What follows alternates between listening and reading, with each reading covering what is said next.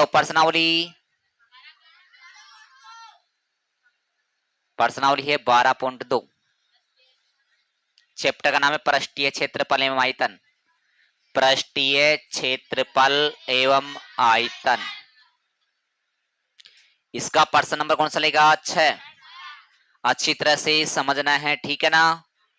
देखो छठा प्रश्न में क्या है, एक 220 कितना ऊंचाई वाला एक बेलन है। कितनी ऊंचाई है? अरे भैया जी ऊंचाई कितनी इसकी? सेंटीमीटर, ठीक है। जिसका व्यास है 24, तो बताओ त्रिज्या कितनी हो जाएगी? 12 सेमी इसकी त्रिज्या हो जाएगी, ठीक है। अब क्या, जिस पर यानी उसके ऊपर, जिस पर एक अन्य बेलन अध्यारोपित है, अन्य बेलन एक और इसके ऊपर, जिसकी ऊंचाई है 60। कितनी है बताओ? ऊंचाई कितनी आ गई? 60। और जिसकी त्रिज्या है 8। त्रिज्या कितनी है? ये पूरा लोहे का बना हुआ है, ये लोहे का स्तंभ है। किसका बना हुआ है? अब इस लोहे का इसका क्या निकालना है? आयतन।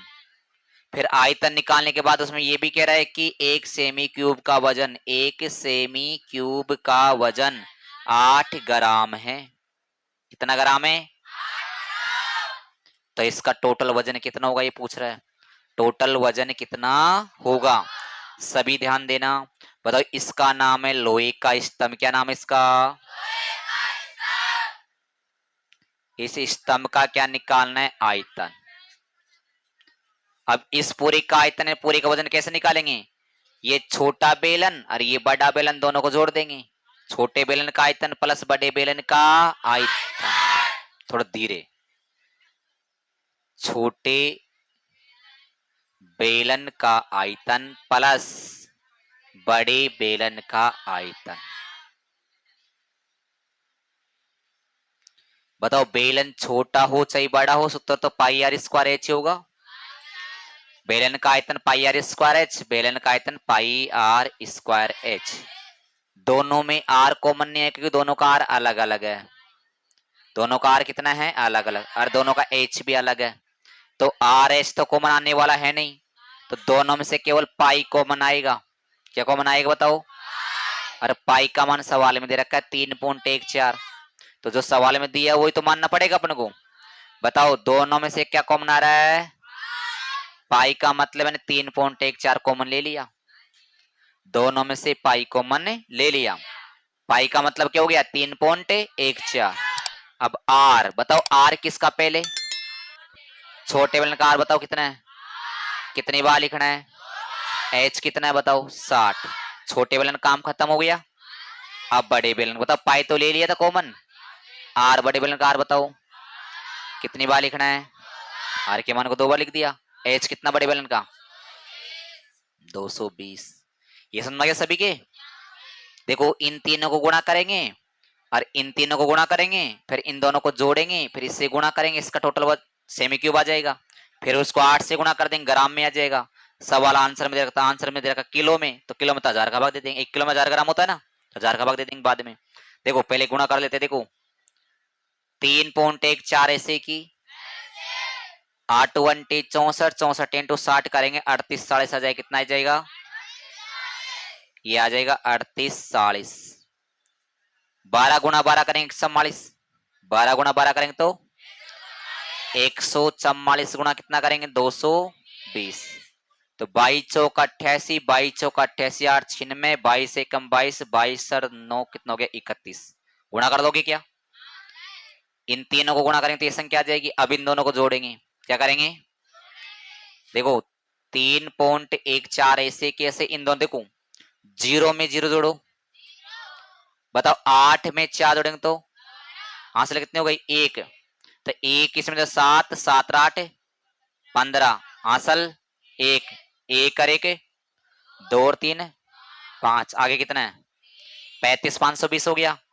अब इन दोनों को गुणा करके 2 छोड़ के पॉइंट लगाएंगे। इन दोनों को गुणा करेंगे और 2 छोड़ के 532.80। 2 छोड़ के पॉइंट लगा, टोटल सेमी क्यूब आ गया ना। अब निकालना है ग्राम में। किस में निकालेंगे इसको? बताओ, 1 सेमी क्यूब का मतलब होता है 8 ग्राम। एक सेमी क्यूब का मतलब है, फिर 2 सेमी क्यूब का मतलब 16 ग्राम, 3 सेमी क्यूब का मतलब 24 ग्राम। अब इतना सेमी क्यूब का मतलब इसको 8 से गुणा कर देंगे, यानी कि 111,532.80 को किससे गुणा करेंगे? 8 से। बताओ 8 वंटी 8 दूनी, बताओ 16 और 6 22, 8 तिया 24 और 2 26, 8 पंगे 40, 40 और 2 8 एकम 8, 8 4 12, 8 एकम 8, 8 के 8 एकम 8। ये एक छोटा पॉइंट लग रहा है, 2 छोड़ के। ये किस में आ गया? ग्राम में। पर सवाल में जब उत्तर मिला हो तो उसमें केजी में दे रखा है। आपको ये कैसे पता रहेगा कि सवाल का आंसर केजी में निकालना है ग्राम में निकालना है? एग्जाम में तो पता नहीं रहेगा ना। तो एग्जाम में तो बताओ आपको इतना ही करना है, क्योंकि ग्राम में दे रखा है तो ग्राम से गुणा कर दो। ग्राम में आप इतना निकाल के आओ तो एग्जाम में तो इतना ही हो गया। अब आप उत्तरमाला मिला रहे हो तो उत्तरमाला में तो किस में रखा है? केजी में। अब बताओ 1 केजी यानी कि 1 किलोग्राम में कितना ग्राम होता है रे? 1 किलोग्राम में 1000 ग्राम होता है। तो 1000 का भाग और दे दे, तो इसमें 1000 का भाग दे तो 1000 में कितनी जीरो है बताओ रे? तो 3 छोड़ के और लगेगा पॉइंट। बताओ क्या 1 छोड़ के लग रहा है? 2। अब 3 छोड़ और लगाओ, 1 2 3, यहाँ लगेगा पॉइंट, यानी कि आ जाएगा 892.26। पॉइंट के बाद 2 संख्या ले लो, चाहे ज्यादा ले लो। ये आ गया केजी। उतार लो कि एक शंकु है। क्या है के? यदि चित्र अच्छी तरह समझ में आ जाएगा, सवाल अपना आप समझ में आ जाएगा, ठीक है ना। एक शंकु है जिसकी ऊंचाई 120 है। ऊंचाई कितनी है? मैं लिखते जाता हूं। बताओ शंकु की ऊंचाई कितनी है? 120। त्रिज्या किसी को भी, त्रिज्या सभी की 60 है। देख लो किताब में, 3 बार त्रिज्या है, 3 बार 60 है, ठीक है। त्रिज्या तो सेम हो गई। एक शंकु जिसकी ऊंचाई 120 है, त्रिज्या कितनी है? 60, जो अर्ध गोले पर अध्यारोपित है। बताओ यहां से लेकर यहां तक कितनी हो गई? 120। इसकी त्रिज्या कितनी हो गई? 60। टोटल कितनी हो गई? 180। अब समझना, अब इस आकृति को ऐसे कैसे उठाया और उठाकर कहां डाल रहे हैं? कह रहे कि एक पानी से भरा हुआ एक बेलन है। क्या है कि एक पानी से भरा हुआ एक बेलन, पूरा पानी से भरा है, भरा है, जिसकी ऊंचाई कितनी है? 180। ऊंचाई कितनी इसकी? इसकी त्रिज्या कितनी है? 60। ये पूरा पानी से भरा है। अब इसको यहां से उठाया और इसको ला करके इसमें डाल दिया। इसमें डाला तो ये इस प्रकार इसमें जाकर के फिट हो गया। इस प्रकार डाला कि इसके तली को जाकर क्या करता है? यहाँ पर स्पर्श करता है। क्यों? बताओ टोटल ऊंचाई कितनी है इसकी? तो बताइए इसकी बताइए 180 हो गई।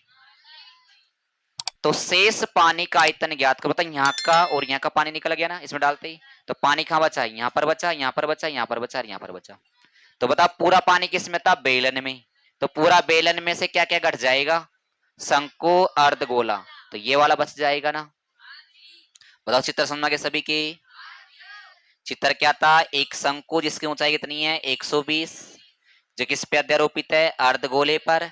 इसको उठाया, पानी से भरा एक बेलन में लग जाकर इसमें क्या कर दिया? डाल दिया। तो इस वाले भाग का पानी क्या हो गया? बाहर निकल गया। अब शेष पानी का क्या निकालना है? आयतन। कैसे निकालेंगे? पूरा क्या था? बेलन का आयतन में से माइनस करेंगे, अर्धगोले का आयतन, शंकु का आयतन माइनस कर देंगे, तो ये बचेगा। क्लियर? तो क्या पूछ रहा है इसमें? शेष पानी का आयतन। क्या पूछ रहा है? शेष पानी का आयतन कैसे निकालेंगे? पूरा बेलन में से। किसमें से? बेलन का आयतन में से किसका आयतन घटाएंगे? शंकु का आयतन माइनस करेंगे और अर्धगोले का आयतन क्या हो जाएगा? माइनस। बताओ शंकु का सूत्र होता है पाई आर स्क्वायर एच। बताओ शंकु का क्या होता है? 1/3 पाई आर स्क्वायर एच। बताओ अर्धगोले क्या होता है? 2/3 पाई आर क्यूब। पाई आर, तो ये सूत्र आपको याद करना पड़ेगा। अब बता सबन में से पाई आर स्क्वायर कॉमन आ रहा है, क्योंकि स्क्वायर सभी का आर सेम था, तो कॉमन क्या आ रहा है सभी में से? पाई आर स्क्वायर कॉमन आ रहा है। बताओ पाई आर स्क्वायर कॉमन ले तो क्या बचेगा? समझ गए ना। 1/3 ऐसे कि पाई आर स्क्वायर कॉमन ले लिया, क्या बचेगा? 2/3 ऐसे कि पाई कॉमन ले लिया, आर स्क्वायर कॉमन ले लिया, कितना आर बचेगा? 1 आर। चलो मान रखते हैं। बताओ पाई का मान, बताओ आर का मान। 60 को कितनी बार गुणा करेंगे? एच बताओ, एच किसका कितना है बताओ? 180 माइनस 1/3। बताओ एच किसका, एच कितना है? -2/3 ऐसे कि आर कितना है? देखो इसको काट देता हूं, 3 से काटूंगा 3 दूनी 6, 20 बार कट जाएगा। 3 से काटूंगा 3 चौक 12, 40 बार कट जाएगा। कट गया ना। चलो ध्यान देना। 6 छिंग 36, 36 दूना 72, 72 में 7 जोड़ेंगे 89, 792 00। कर लोगे गुणा इनको? 7 60 गुणा 60 करना 3600, 3600 से इससे गुणा करना, ये संख्या आ जाएगी। बटे में कितना आएगा? 7 और गुणा में कितना बचेगा? 100। देख कैसे। 180 कितना है? में से 40 गया तो, और ये कितना है? 40 कितना है? बताओ 180 में से 40 गया तो 140, 140 फिर 40 गया तो 100 ही बचा। चलो इसको गुणा कर दे। 100 का मतलब 4 जीरो हो गई। 100 का मतलब कितनी जीरो हो गई? यानी कि 792 के आगे के 1 जीरो, और भाग किसका देंगे? 7 का। किसका देंगे? 7 का। ठीक है, 7 का भाग डायरेक्ट देना। देखो डायरेक्ट सीखो। बताओ 7 एकम, अच्छी तरह सीखते देना। 7 एकम 7, बताओ 7 एकम 7 गया तो 7 तिया 21 गया तो 7 एकम 7 गया तो 3, 7 चौक 28, 28 गया तो 2, 7 दूनी 14, 14 गया तो 6, 7 आटू 56, 56 गया तो 4, 0 40 हो गया। 7 पंगे 35, 35 गया तो 5, 7 7 49, 7 एकम 7। ठीक है, भाग दे रखो। बताओ सेमी है तो क्या आएगा? Semi cube. पर ये आंसर आ गया। अब तुम गए गुरुजी आंसर को ना, हमारा तो मीटर क्यूब मारे। सेमी में नहीं आ रहा, हमारा किस में आ रहा है? मीटर क्यूब में। बताओ 1 मीटर में कितना सेमी होता है? 1 मीटर में 100 सेमी होता है, ध्यान रखना। 1 मीटर में कितना होता है? अब बताओ इसमें सेमी कितनी बार है, तो मीटर भी कितनी बार लगेगा? तो 1 मीटर में 100, तो 100 को कितनी बार लिखना पड़ेगा? 3 बार। मीटर में बदलने के लिए, किस में बदलने के लिए? मीटर में नहीं, मीटर की घात 3 बदलने के लिए।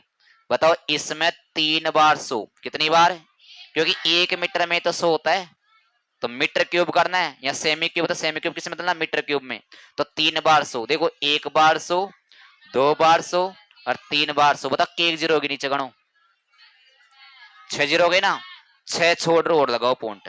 1 2 3 4 5 6, 1.131 मीटर क्यूब। आगे के लिखना चाहे तो लिखो, नहीं कोई जरूरी को।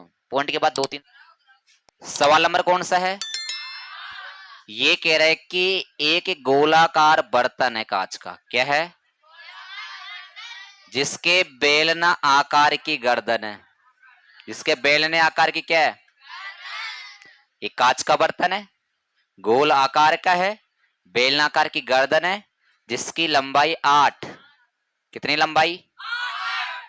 और इसका व्यास है 2। बताओ त्रिज्या कितनी हो जाएगी? अरे इतना जोर से मत चलाओ। और इसका व्यास है 8.5, तो बताओ त्रिज्या कितनी हो जाएगी? गोलाकार भाग का व्यास 8.5 है, तो त्रिज्या कितनी हो जाएगी? और एक बच्चे ने इसका आंसर निकाला, एक बच्चे ने इसका आंसर क्या निकाला? 345 सेमी क्यूब। 345 semi cube. अब बताना है कि इस बच्चे का आंसर सही है या गलत है, अपन को चेक करना है। अब बताइए इस बर्तन का आयतन कैसे निकालेंगे?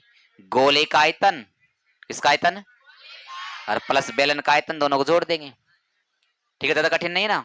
गोले का आयतन प्लस बेलन का आयतन, दोनों को जोड़ देंगे। बस कठिन क्या लगेगा? गुणा करना। गुणे करने में संख्या क्या आएगी? बड़ी बड़ी आएगी। अब देखो क्या है, इसका नाम क्या है? बर्तन। इस बर्तन का क्या निकालना है? आयतन। हाँ जी, भाई लिखा था ऊपर, हट गया उसके। बताओ क्या है? एक तो इसमें बेलन, एक तो क्या है प्लस, एक क्या है? गोला। इन दोनों का क्या निकालेंगे? आयतन। बताओ बेलन का आयतन क्या होता है रे? पाई आर स्क्वायर एच। गोले का होता है 4/3 पाई आर क्यूब। पाई आर दोनों में से पाई को बना रहा है। क्या को बना रहा है? पाई का मतलब 3.14। उसमें दे रखा होगा पाई का मान 3. दोनों में से कॉमन ले लिया 3.14। आर किसका? आर कितना है? कितने बार लिखना है? बेलन का एच कितना है? 8 प्लस 4/3 ऐसे की पाई कॉमन ले लिया था ना। आर किसका? बेलन कितना है? 8.5/2 कितने बार लिखना है इसको? 3 बार। बताओ इतना समझ में आ गया सभी के? भैया धीरे और जब जल्दी से गई। 2 दूनी 4 और 2 से 2 कट गया। ये भी क्लियर हो गया? चलो ठीक है। तो आज ये कितना है? 3.14 ऐसे कैसे, ब्रैकेट ऐसे कैसे, 8 एकम 8 8 एकम 8 ऐसे कैसे, प्लस ऐसे की। इन तीनों को गुणा करेंगे, 3 छोड़ के पॉइंट लग जाएगा। कितने छोड़ के? और 3 का क्या दे देंगे इसमें? भाग। या भाग दे देंगे तो लेस से लेंगे, लेस से लेके फिर भाग देना पड़ेगा। तो देना पड़ेगा भाग, तो वो लास्ट में पहले तो भाग तो देना पड़ेगा। 85 गुणा 85 करेंगे, 9 8 72 25 हो गया। 9 8 72 25। 85 गुणा 85 करे 72 25 आ गया। इसको 8.5 से फिर से गुणा करेंगे, पॉइंट तो बाद में लगा लेंगे 3 छोड़ के।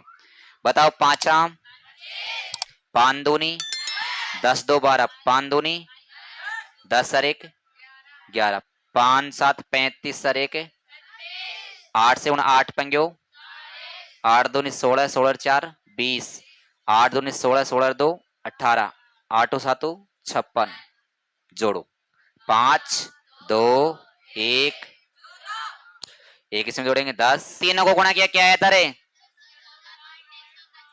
और 3 छोड़ के पॉइंट लगे रे बट्टे में 3 दूनी। बताओ दोनों का लेसलिंग कितना आएगा? देखो 314 ऐसे की ऐसे, ये पॉइंट ऐसे ऐसे लगा दिया। बताओ दोनों का लेसलिंग कितना आएगा? 6 8 48 और इसको 1 से गुणा तो ये संख्या आएगी ना। बताओ 614.125। अब इन दोनों को जोड़ेंगे, ठीक है।